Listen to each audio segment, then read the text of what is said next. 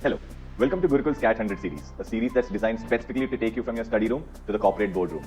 I am Prady Sharma, and this is Verbal Mastery with Prady.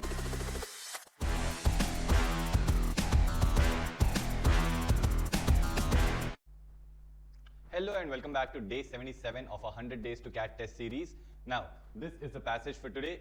In case you want to take this passage up as a test, all you've got to do is go on to www.thegurukul.org.in and sign up for the 100 days to CAT test series. If you want to follow along with this video, then this is your paragraph number 1. Pause the video here, read this paragraph, and then we're going to go into the second paragraph. This is your paragraph number 2. Pause the video here, read this paragraph, and then we're going to go into the questions of this passage. This is your question number 1. Pause the video here, read this question, answer this, and then we're going to move into the question number 2. This question number 2. Pause the video here, answer this question, and then we're going to move into the question number 3. Read this question. This is the third question. Pause the video here, answer this, and then we're going to move into the question number 4. Now, this is the last question of this passage. Pause the video here, answer this, and then we're going to go into the passage and question explanations.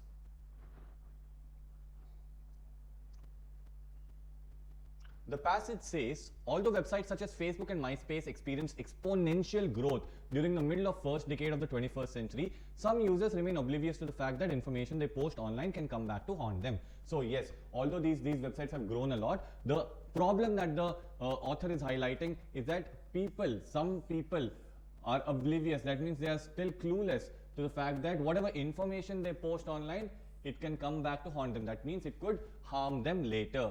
First, employers can monitor employees who maintain a blog, photo diary, or a website. Employers can look for controversial employee opinions, sensitive information disclosures, or wildly inappropriate conduct. So here clearly he's giving you the first instance of this particular idea that you post something online and it's going to hurt you later. The first instance is employers who can monitor their employees. So employers who are monitoring the employees. So for example, a North Carolina newspaper fired one of its feature writers after she created a blog on which she anonymously wrote about the idiosyncrasies of her job and co-workers. So idiosyncrasies means quirks. Okay, quirks or weird habits. Alright, so someone who posted about weird habits of their co-workers and her job, they got fired immediately. Why? Because the employers are able to see what the employees are doing online. The second unintended use of information from social networking websites is employers who check on prospective employees. So this is the second use case. Employers who check on prospective employees. A June 11, 2006 New York Times article reported that many companies recruiting on college campuses use search engines and social networking sites such as MySpace, Xanga, and Facebook to conduct background checks. So basically, background checks are being conducted by the use of these social networking sites and search engines. Although the use of MySpace or Google to scrutinize a student's background is somewhat unsettling to many undergraduates, the Times noted that the utilization of Facebook is especially shocking to students who believe that Facebook is limited to current students and recent alumni. So now, obviously, people getting to know that, okay, someone is looking at my background because of these kind of sites is very shocking. It's not something that they've expected. But what is more shocking is that Facebook is also being used by these companies to screen their prospective candidates. Why? Because these students believe that Facebook is just for students and the recent alumni. No one, from a company level would be on the Facebook. That's what they had thought of. Now, corporate recruiters and prospective employers are not the only people interested in college students' life. The third unintended use of social networking sites. So this is the third use case. Is college administrators who monitor the internet, especially Facebook, for student misconduct. So the third group is college administrators who are looking for student misconduct. For example, a college in Boston's Back Bay expelled its Student Government Association president for joining a Facebook group highly critical of campus police sergeant. So something that was showing the campus to be in a negative light or something that's telling something against the campus, the institution. They had thrown that student out. In addition, 15 students at a state university in North Carolina faced charges in court for underage drinking because photos that appeared on Facebook. Obviously, that was very stupid. I mean, if you're underage and you're drinking, why would you even want to post photos of that? That's like proof that you've done something wrong, right? So that happened and they got charged for it in court. Although more users of websites such as Facebook are now becoming aware of the potential pitfalls of online identities, many regular users still fail to take 3 basic security precautions. So what has the author done? Author has given us 3 instances where data can be you know, taken off as an unintended use, right?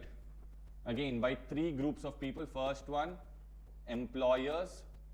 Second group I would call as prospective employers.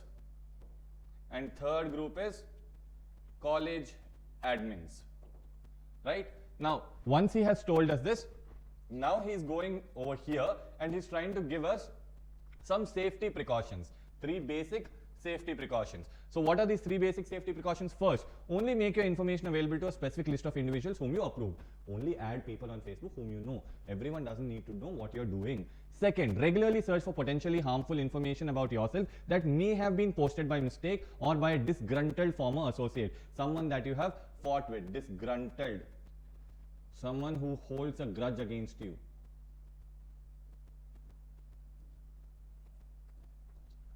Okay.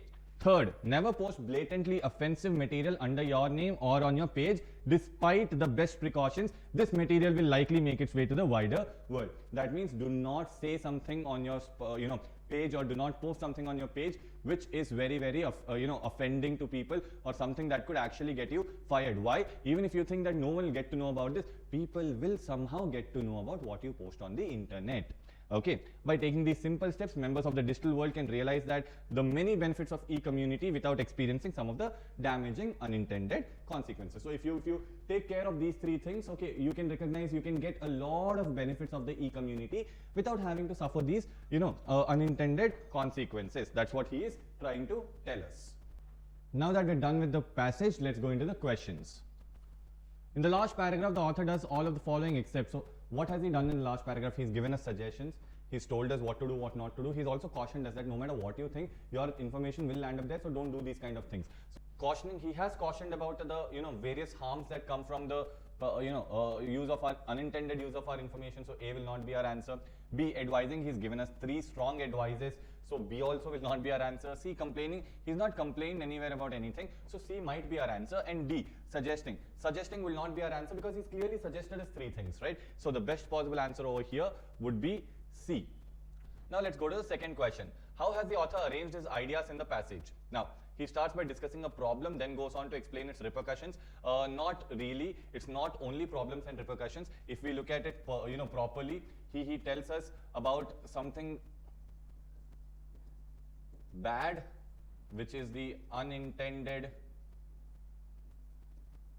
use of information, and then he gives us, suggestions. So this was his flow altogether. Based on this flow, we'll have to be choosing an option. So A clearly does not cut it, so I'm gonna take that off.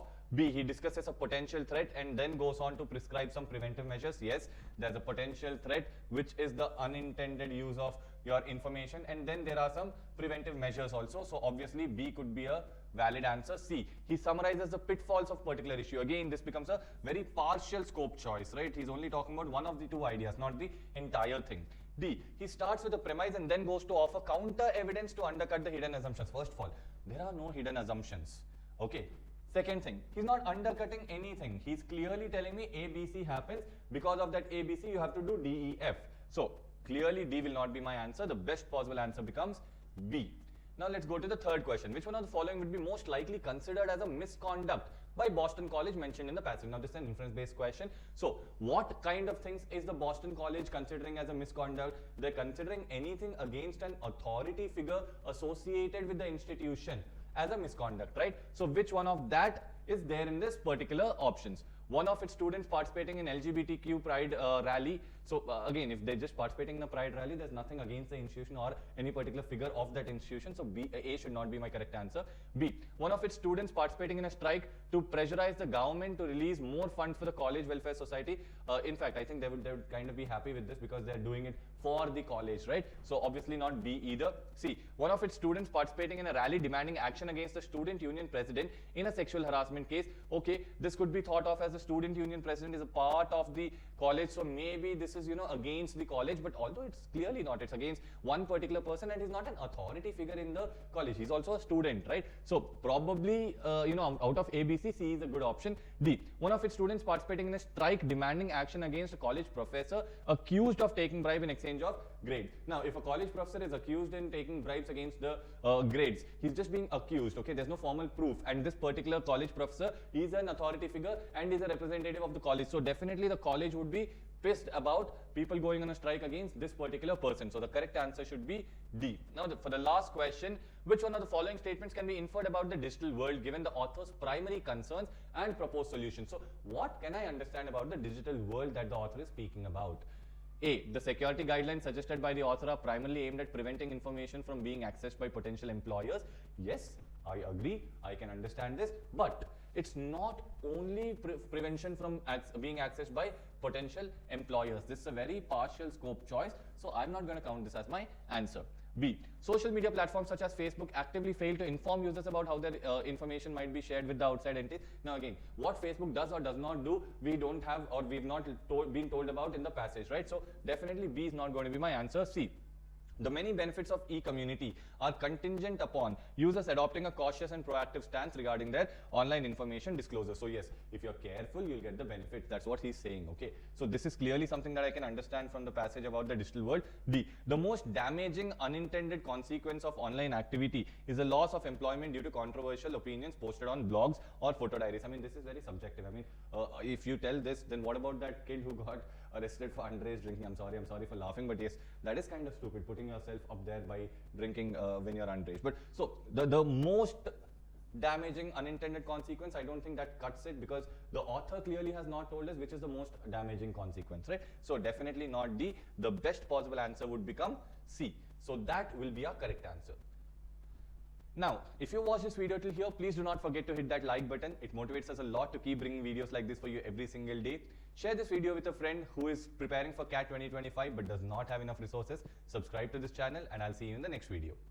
Hope you enjoyed learning from today's session. This series is designed to help you with your CAT preparation and practice daily. We are with you in this journey. To watch the next video, click here. And to watch Gurukul's CAT 100 series, Study Room to Boardroom, the entire playlist, click here. If you learned from today's session, like, share, and subscribe.